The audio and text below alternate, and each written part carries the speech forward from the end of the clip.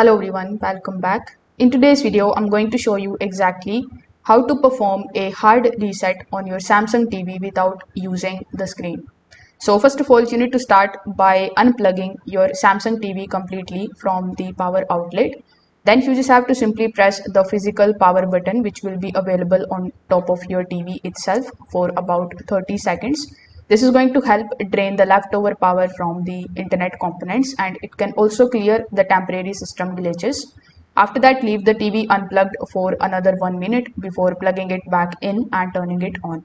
So if the TV still powers on with no picture, you can also try a remote reset sequence. So with the TV powered on, you just have to simply press the power button on the remote for about 10 to 15 seconds.